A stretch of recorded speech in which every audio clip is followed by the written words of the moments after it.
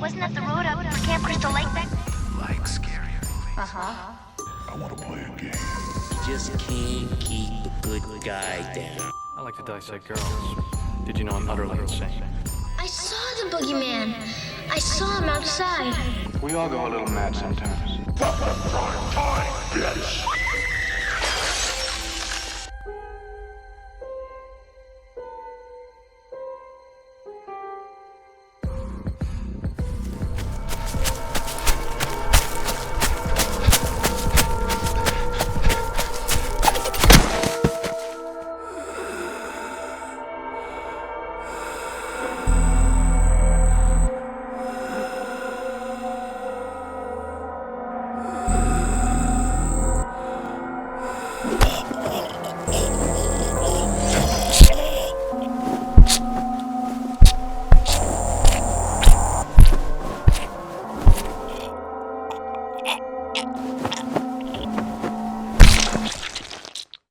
Hello everyone and welcome home. It's a new year, and as we continue our work in the Red Forest, we're going to start off right by discussing a genre that oozes three of our favorite things: blood, guts, and of course, screams. That's right, today we're talking about slashers, which just so happens to be my second favorite genre of horror. I know, slashers are kind of a relic, and also have just fallen from grace in favor of psychological horror, but I don't know. There's just something so charming about a good slasher flick. You always know what you're getting yourself into. There's no need to stress yourself out with comparing the films to some kind of nuanced current world issue. There's just you, the blood, the killer, and the final girl. It's classic, but that in itself kind of gets the brain going, doesn't it?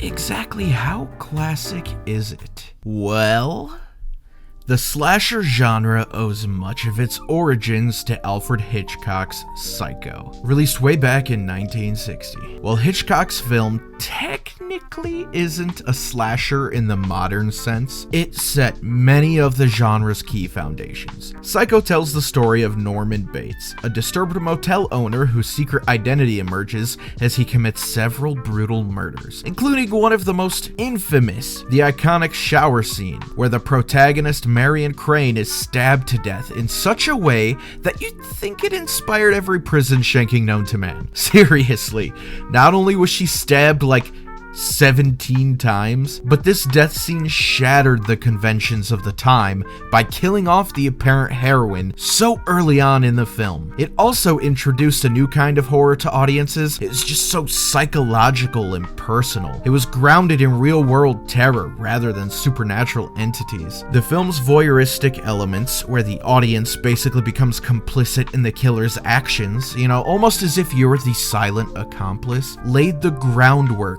for the slasher genre's later focus on the killer's point of view. Now, around this same time, Michael Powell's Peeping Tom took a different but equally disturbing approach. This film followed Mark Lewis, a cameraman who films his own murders. Peeping Tom is often credited as one of the first films to explore the theme of the cinematic killer, where the act of watching becomes a key element of the terror. Though the film was initially controversial and failed to gain widespread acceptance, its impact on the genre would grow over time, influencing filmmakers to explore the psychology of the killer and the role of the audience in horror. But as the genre began rising, so did the bloodlust. And with that, the 1970s saw more explicit development of the slasher genre. These films were defined by their graphic violence, low-budget productions, and a shift towards realism that reflected societal anxieties. Tobe Hooper's The Texas Chainsaw Massacre was a pioneering work in this regard. For those of you unfamiliar, Texas Chainsaw Massacre follows a group of friends as they stumble upon a house inhabited by the terrifying and grotesque Leatherface and his cannibalistic family. With its gritty realism, shocking violence, and relentless tension, Texas Chainsaw Massacre was a jarring departure departure from the more polished horror films of the past. The movie's terrifying portrayal of human savagery struck a nerve with audiences, especially when reflecting the cultural turmoil and unease of the time. Though it had little budget, its impact was profound, ushering in a new wave of films that embraced realism, shock value, and visceral terror. And by the end of the decade, John Carpenter's Halloween would solidify the template for the modern slasher film. This movie introduced us to a new kind of killer, one born out of more than just circumstance, but pure evil. The boogeyman himself, Michael Myers, who methodically stalks his victims on Halloween night, killing them one by one, all to satiate not only his own lust for blood, but ours. Halloween set the standard for the slasher genre. A seemingly ordinary location, an isolated group of people, and a relentless killer. The film's minimalistic style, use of suspense over gore, and the introduction of the final girl trope, where the lone survivor outlasts the killer, became a formula that would widely be replicated in the years that followed. Carpenter's creation of Michael Myers as a faceless, unstoppable force laid the groundwork for other iconic killers, such as Jason Voorhees and even Freddy Krueger. While the 1980s would see the genre explode into a mainstream phenomenon, it was the films of the 1960s and 70s that laid the foundation for the slasher genre. The Vietnam War, political unrest, and the breakdown of societal norms contributed to a sense of dread and fear, which filmmakers were all too happy to tap into. Horror movies began to focus more on the human monster, especially when they leaned into themes of voyeurism, with many films featuring killer POV shots, which made the audience feel complicit in the murders. These films also explored the relationship between the victim and the killer, often showing a random or senseless violence that just felt way too real to the audiences of the time. Like, the thought of just some guy in a mask stalking you and just murdering you kinda hit close to home. I mean, shit, it kinda still does, right? But anyway, these early slasher films proved that horror could be grounded in real fear and violence. They redefined the genre, making the slasher killer into a cultural icon. And the success of Halloween and Texas Chainsaw Massacre in the late 1970s set the stage for a slasher boom in the early 1980s. The first major wave began with the release of Friday the 13th. Which would go on to become one of the most successful slasher franchises of all time. Friday the 13th introduced Pamela Voorhees, a vengeful killer who stalks and brutally kills groups of teenagers at a remote summer camp after their poor decision-making leads to the death of her son. The film's graphic violence and inventive death scenes became trademarks of the genre. The film capitalized on the success of Halloween, and its box office success launched a wave of imitators. Meanwhile, films like Prom Night, starring Jamie Lee Curtis, began to incorporate familiar tropes, teenagers, high school settings, and masked killers, further cementing the formula for what audiences would come to expect from slashers throughout the next decade. By the mid-1980s, filmmakers began to experiment with new twists. One of the most notable entries during this period was A Nightmare on Elm Street. God fucking damn it. Yeah, I recorded this whole fucking thing already and it didn't record. Okay, sorry, give me a sec. Whew. One of the most notable entries during this period was A Nightmare on Elm Street, directed by Wes Craven. Unlike the traditional masked killers, Freddy Krueger was a supernatural entity who attacked his victims in their dreams. This shift from human killers to supernatural threats created a fresh take on the slasher genre while retaining the core formula. Freddy's sinister appearance and ability to manipulate dreams resonated with a new generation of horror fans and would go on to spawn a multi-film franchise. But this wasn't the only film to start twisting the knife when it came to shaking up the genre. Sleepaway Camp, while adhering to the traditional slasher elements, also introduced a shocking twist ending that became a hallmark. The film follows a group of camp counselors being killed one by one, but the twist revealed at the end, questioning identity and gender, was both shocking and unsettling, especially for the time, showing that the genre just wasn't about gore, but also psychological manipulation, and as the body count continued to rise, so did the stock in the slasher genre. And as the 1980s progressed, the slasher genre became dominated by sequels, as studios recognized the profitability of the established formula. Friday the 13th quickly became a franchise, with Part 2 introducing Jason Voorhees as the killer, while Halloween 2 and Nightmare on Elm Street 2, Freddy's Revenge, not only provided more graphic kills, but began to develop their own mythology, creating an interconnected universe of killers that fans could follow across sequels and eventual crossover tie-ins. This cemented their respective killers as cultural icons, and the genre was at an all-time high. But just like every pothead and crypto bro know firsthand, no matter how high you go, you always come right back down. And by the late 1980s, the slasher genre was beginning to show signs of fatigue.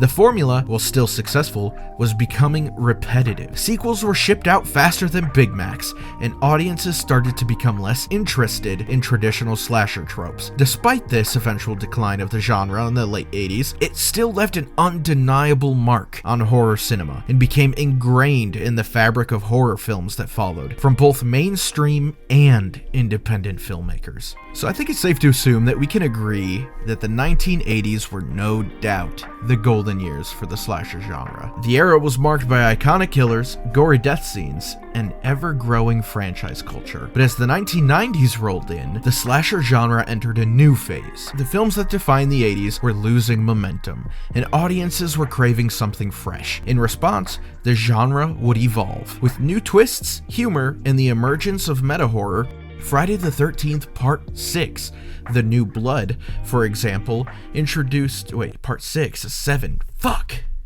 Friday the 13th Part 7, The New Blood, for example, introduced a telekinetic protagonist and a more fantastical approach to the Jason Voorhees mythos, signaling the genre shift towards more outlandish, almost supernatural stories. The introduction of monster-like elements such as superpowers or just extreme gore became a way for filmmakers to keep audiences engaged as the formula became more predictable. Similarly, A Nightmare on Elm Street 5, The Dream Child, further developed Freddy Krueger as a supernatural figure capable of bending the rules of reality. The focus really started to shift away from the psychological horror to more fantastical elements, making the films less about suspense and more about creative kill sequences, and while these films were still profitable, they marked the end of the slasher genre's golden age. And by the early 1990s, the slasher genre was in steep decline. Audiences had grown tired of the same formulaic plots, and the genre struggled to adapt. Even though it seemed as though it was on its deathbed, a few films from this period showed that the slasher horror, while faint, still had a heartbeat. Child's Play 2 helped keep the slasher genre alive by revitalizing the Chucky franchise. The Killer Doll, originally a fresh concept in Child's Play, returned for a sequel that upped the violence and dark humor. Child's Play 2 mixed the slasher formula with a more satirical tone, a shift that would influence future slasher films by making them more self-aware. Candyman, directed by Bernard Rose, was another significant departure from traditional slasher tropes. This film explored the psychological and supernatural, as well as racial themes, all while maintaining the slasher format. The titular Candyman, a vengeful spirit with a hook for a hand, stalks his victims in a more eerie,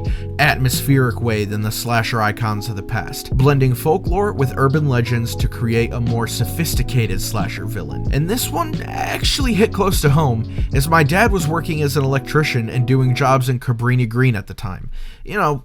Before Chicago tore them all down to make the city more appealing for an Olympics event that ended up going to Rio de Janeiro. But anyway, by the mid-1990s, filmmakers began to fully embrace self-awareness and satire, leading to the rise of the meta-horror. These films both referenced and parodied the very genre they belonged to, rejuvenating interest in slasher films by turning the conventions of the genre upside down. The most influential of these films was Scream. Directed by Wes Craven and written by Kevin Williamson, Scream not only revived the slasher genre, but also just injected it with self-aware humor, where characters openly discussed the tropes of horror films, such as the final girl and the rules of surviving a slasher movie. The film's masked killer, Ghostface, became an icon of 1990s horror that has lasted even up until now. Every year, when you go into the corpse of one of your favorite childhood stores, now possessed by a spirit Halloween, you will find Ghostface costumes everywhere.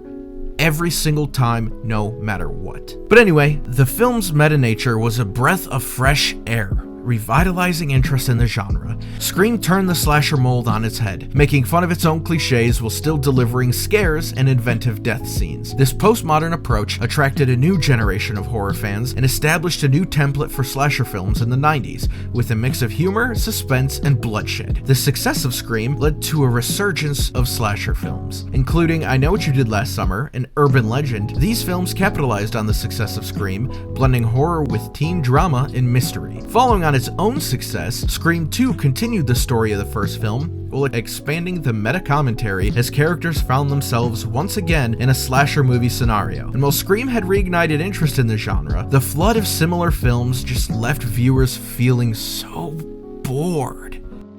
Despite the decline of traditional slashers in the late 1990s, the decade left behind a lasting legacy. Scream and its imitators demonstrated that there was still an audience for horror that played with genre conventions. And with that, the 2000s saw dramatic reinvention. Films like Final Destination and American Psycho introduced a new approach to the genre, blending traditional slasher elements with unique twists. Final Destination redefined the slasher formula by eliminating the traditional masked killer. Instead, the film's antagonist was death itself, stalking a group of teenagers who had survived a plane crash. The innovative death sequences and the idea of fate's unstoppable force gave the film a unique angle, turning the slasher into a more supernatural experience. This style of horror, which focused more on the inevitability of death. Oh, god damn it.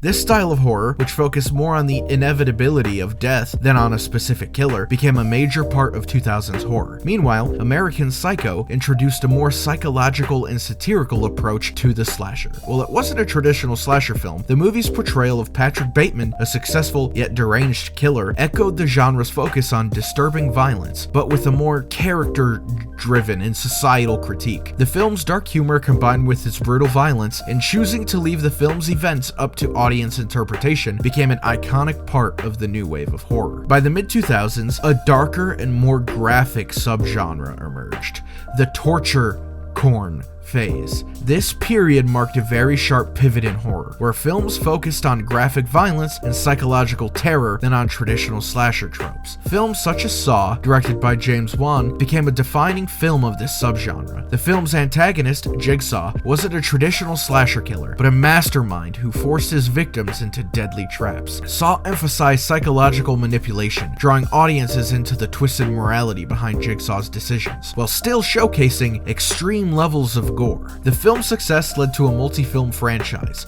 making it one of the most financially successful horror series of all time. Meanwhile, other films like Hostel, directed by Eli Roth, took the gore to an even more extreme level. Set in a hostel in Eastern Europe, the film followed a group of tourists who fall victim to a sadistic human hunting club. With its graphic violence and exploration of the depravity of human nature, Hostel exemplified the growing trend of horror films, focused on sadistic, physical pain, challenging the audience comfort levels, and pushing boundaries. In addition to the emergence of torture porn, the 2000s also saw a wave of remakes and reboots of classic slasher films. Hollywood's desire to capitalize on nostalgia led to a resurgence of old-school killers in new forms. One of the most successful reboots was the Texas Chainsaw Massacre in 2003, which modernized Tobe Hooper's 1974 classic while maintaining the film's brutal intensity. This remake reintroduced Leatherface to a new generation, emphasizing a more polished aesthetic while still retaining the raw terror of the original. just like how Rob Zombie's Halloween offered another reinvention, this time returning to the origins of Michael Myers. Zombie's take was grittier and more psychological, delving deeper into Michael's troubled past and the abuse that shaped him into the iconic slasher killer. This darker, more violent approach helped reintroduce Michael Myers to fans who had grown up with the original franchise. But while the 2000s saw success with remakes and new horror subgenres, the traditional slasher film began to decline. The over-reliance on graphic violence and torture themes left many fans of classic slashers just looking for something different, and filmmakers noticed this, and they made attempts with films like The Strangers to return to the roots of the slasher genre, focusing on suspense, isolation, and the sheer terror of being stalked by a killer. It's honestly also one of my all-time favorites. The film's minimalist approach and slow building tension represented a return to more atmospheric, psychological form of horror that emphasized dread over gore. And of course, Behind the Mask, The Rise of Leslie Vernon, took a meta approach once again, but with a different twist. The film was a mockumentary that followed a new slasher killer, Leslie Vernon, as he prepared for his big kill night. Blending traditional slasher elements with commentary on the genre itself, the film was a love letter to the slasher genre, using humor and self-reflection to both honor and subvert the expectations of the overall genre. Scream 4 continued this trend, showing that the slasher genre could still be both a critique and a celebration of horror cinema. Wes Craven's return to the series once again played with audience expectations, using the new generation's familiarity with slasher films to amplify the suspense. Scream 4 maintained the original sharp commentary on the genre, while also delivering the scares, making it a key example of meta-horror's role in keeping the slasher genre relevant. While slashers thrived in cinema, the 2000s and 2010s also saw a rise in slasher-style storytelling on television. The shift from films to TV was marked by more character-driven narratives, blending elements of the slasher genre with serialized storytelling. Giving audiences longer, more intricate plot lines, TV allowed for more complex developments in the lives of killers and victims, extending the tension and suspense beyond the usual 90-minute runtime. Dexter revolutionized the slasher on TV. The series followed Dexter Morgan, a blood spatter analyst who also moonlights as a vigilante serial killer, targeting criminals who have escaped justice. While not a typical slasher show, Dexter embraced the genre's penchant for gruesome murder and cat-and-mouse suspense, placing an anti-hero at the center of the narrative. Dexter's methodical kills, his chilling persona, and the moral ambiguity. Oh, I swear to God, if I can't get this shit right, I'm gonna serial kill myself!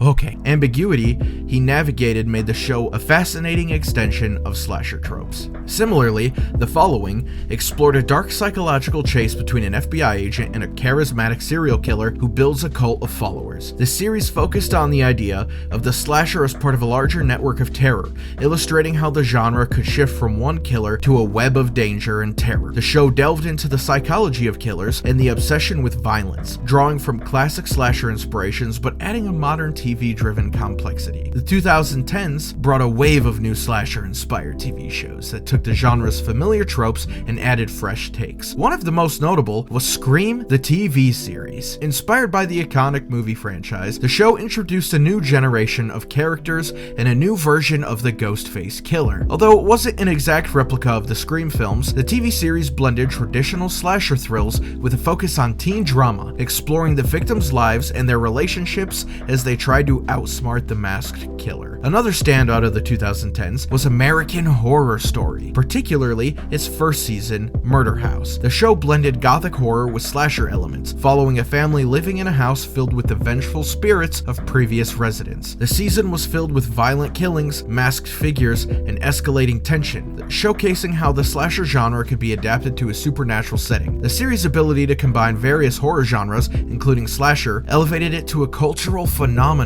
with each new season offering its own twisted take on the slasher theme. And my god, you couldn't even walk down the street without seeing someone in a fucking On Wednesdays, we wear black t-shirt. I swear, between these or these, you'd be in the goddamn minority just wearing something from Gap, Hollister, or fucking Walmart. In addition to long-running series, anthology shows like Channel Zero emerged as a platform for telling slasher-inspired tales. Each season of Channel Zero adapted popular creepypasta stories into miniseries, using slasher tropes alongside supernatural and psychological horror elements. Meanwhile, Hannibal, based on the Thomas Harris novels, brought an entirely different kind of slasher to TV, one of psychological horror. The show focused focused on the complex relationship between FBI profiler Will Graham and Dr. Hannibal Lecter, a cannibalistic serial killer. Though not a typical slasher in the sense of mass murders or bloody knives, Hannibal explored the mind of a killer and the haunting nature of his crimes, presenting a more sophisticated, cerebral form of slasher horror. The rise of slasher TV shows in the 2000s and 2010s proved that the genre had a significant place on the small screen. These shows gave filmmakers the opportunity to explore the intricacies of slasher narratives, delving deeper into the characters spanning the world of terror beyond what could have been done in a 2-hour movie. So beyond TV, the 2010s saw a revival of interest in traditional slasher elements. Films like The Cabin in the Woods started off strong by blending slasher with satire and supernatural elements. Directed by Drew Goddard and written by Joss Whedon, the film deconstructed the entire horror genre while still delivering the iconic slasher moments, and it became very clear the brilliance of The Cabin in the Woods was its ability to mix genres.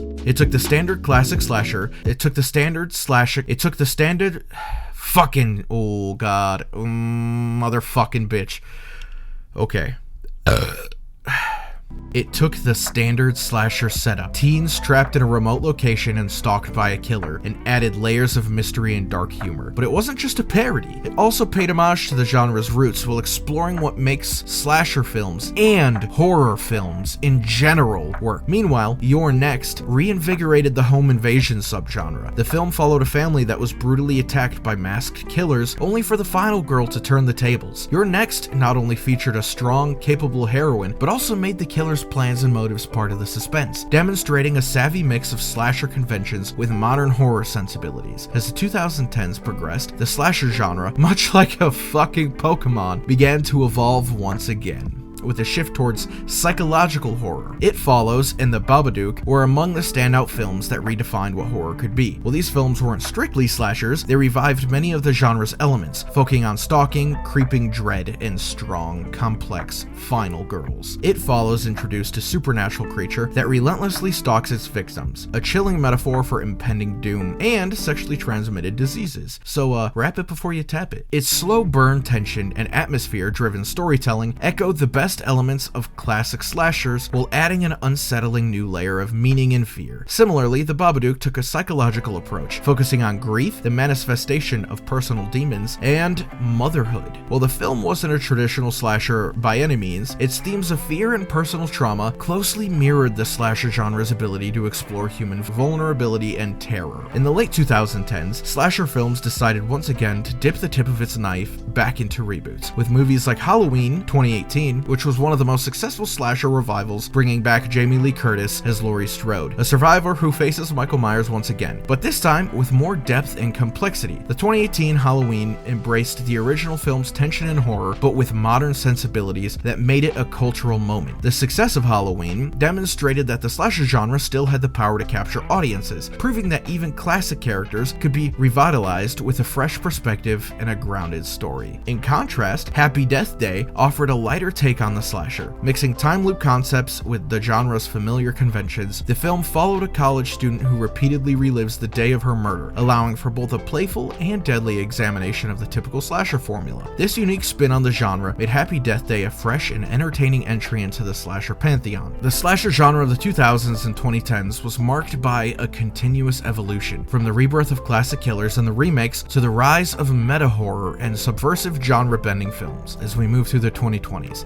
the genre has experienced a significant revival, embracing both nostalgia and innovation, with several high-profile franchises returning to their roots. The Scream franchise, with its 2022 and 2023 sequels, reignited interest in the genre with new twists, fresh characters, and a blend of classic slasher conventions. These films continue to embrace meta-horror, much like their predecessors, but also reflected modern anxieties about technology, online culture, and the rehashing of old stories in the era of reboots and reimaginings. Ty West's X and its prequel Pearl offered a fresh take on the slasher by blending the genre with 1970s exploitation films. X follows a group of filmmakers who encounter a deadly old couple while shooting an adult film in rural Texas. The film's mix of gore, atmosphere, and compelling characters give a new life to the slasher horror with a more slow burn, character-driven approach. Pearl, the prequel, expanded the backstory of the killer, turning the slasher into a tragic, psychological portrait of a woman driven to violence. Films like Barbarian subvert the traditional slasher by blending elements of of psychological horror, thriller, and mystery. What begins as a typical horror setup, two strangers sharing an Airbnb, unfolds into a disturbing and unexpected tale, with the film playing with audience expectations in a way that feels fresh while still rooted in the slasher tradition. In today's digital age, the slasher genre has maintained a significant presence in pop culture. Social media platforms like TikTok, Twitter, and Reddit have given rise to fan theories, viral memes, and fan-made content centered around slasher icons like Michael Myers, Jason Voorhees, and Ghostface. These killers have become symbols of nostalgia as well as enduring figures within the realm of horror itself. The slasher genre remains a cornerstone of horror, with filmmakers and creators pushing the boundaries of what it can be. Today's slashers continue to evolve, drawing on classic tropes while integrating modern sensibilities such as commentary on technology, social media, and identity. The genre is not just about masked killers and bloody knives anymore. It's about exploring the fears that haunt modern society. As seen in Halloween Ends, there is also a shift towards offering more emotional and complex conclusion to these iconic franchises. Michael Myers' legacy is no longer just about terror, it's about confronting the trauma of past generations. The genre's evolution from simple slashers to multifaceted explorations of identity, trauma, and fear is what keeps it fresh, relevant, and deeply tied to the collective cultural consciousness. From its roots in the 1970s and 1980s to its modern-day resurgence, the slasher genre continues to adapt the imagination of audiences worldwide, with iconic characters and unforgettable moments etched into the very fabric of horror culture, including this channel. If you couldn't tell, my whole vibe is based off of the slasher genre. I mean, my avatar even being created as the costume for a horror web series some friends and I wanted to make back in college. Next to the zombie genre, slashers are my favorite horror films to watch. And just like with the zombie video, there are so many movies out there, and if I didn't cover a piece of media you were hoping to see, I apologize. The genre is just really saturated, and if I mentioned every single one, we'd be here for days. Regardless though, I still hope you enjoyed this video, and if you did, please slash that like button, leave a sub, and ring the bell so you don't miss out on future video essays. This video took a ton of research and even longer to write the script, but I had so much fun doing this. I love making longer form content, and I'm really thinking about keeping this up with at least one of these longer form videos a month. If you have any topics or genres you'd like to hear about, please let me know down below. I'd love to see what you come up with. As always, I'm your friendly neighborhood hometown killer, And I'll see you on the other end of my knife.